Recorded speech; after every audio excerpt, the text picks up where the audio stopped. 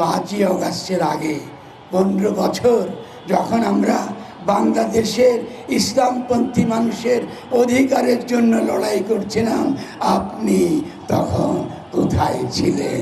শেখ হাসিনার করে আমাকে মৃত্যুদণ্ড দিয়েছেন, আবুল সরকারকে মৃত্যুদণ্ড দিয়েছেন। ভাইয়েরা বোনেরা, আজকে আমার দাড়ি তারা ছেঁচে ফেলতে চান। তিনি সঙ্গে সঙ্গে আমাকে টেলিফোন করেন, গোয়েন্দারাবু, আমি জিজ্ঞাসা করি কেন আপনাকে গ্রেফতার করছে? তারা বলছেন তারা একটা ক্লিপ দেখিয়ে বলতেছে আমাকে লোকজন ওখানে এসে পিটিয়ে হত্যা করা হবে। আমি গোয়েন্দাদের সঙ্গে সঙ্গে বলেছি আপনি তাকে রক্ষা করছেন, এটা খুবই ভালো, আমরা আপনাদের প্রতি কৃতজ্ঞ। কিন্তু আপনাকে অনুরোধ করব, আপনাদেরকে অনুরোধ করব, এখানে কোনো মামলা হয় না, এটা একটা নাটক, পালামানি নাটক। কবিয়ালরা নাটক করে জনগণকে বুঝাবার জন্য, বিভিন্নভাবে তারা নাটক করে।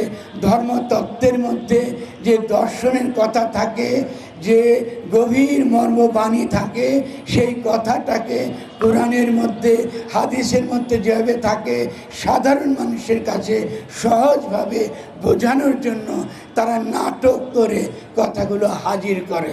এটাকে বলে পালা গান, অনেকে বলে কাটান গান, অনেকে বলে তর্ক গান, অনেকে বলে কবিয়াল গান। এটা আমাদের দেশে 1000 বছর থেকে চলছে, নতুন কিছু না। আমি তখন গোয়েন্দাদের বলেছি তিনি যদি একটা খারাপ শব্দ ব্যবহার করে থাকেন আমরা সকলে মিলে তার পক্ষে ক্ষমা চাইব। আমরা বলেছি, আমি বলেছি, তার সাক্ষী দিয়ে সেদিন টেলিফোন ধরেছিলেন তার সাক্ষী। এরপর আমার সঙ্গে আইজিপি সাহেবের সঙ্গে কথা হয়েছে, আমি তার সঙ্গে কথা বলেছি। তিনি বলেছেন তিনি খুব খারাপ কথা বলেছেন। আমাকে কী খারাপ কথা বলেছেন?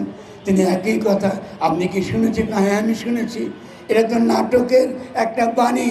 যদি আপনাদের কথা ধরতে হয় তাহলে নজরুল ইসলামকে কবর থেকে তুলে আবার ফাঁসি দিতে হবে।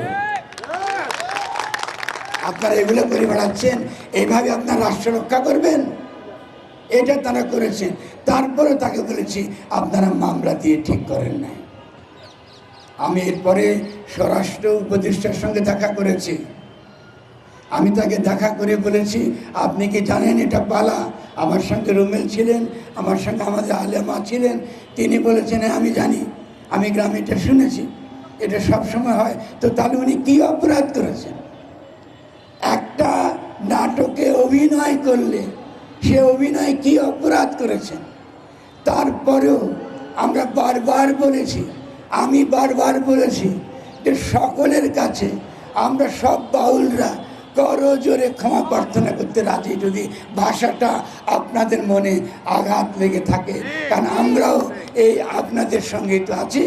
এটা তো আমাদের দেশ, এটা আমাদের রাষ্ট্র, এটাকে গঠন করতে হবে।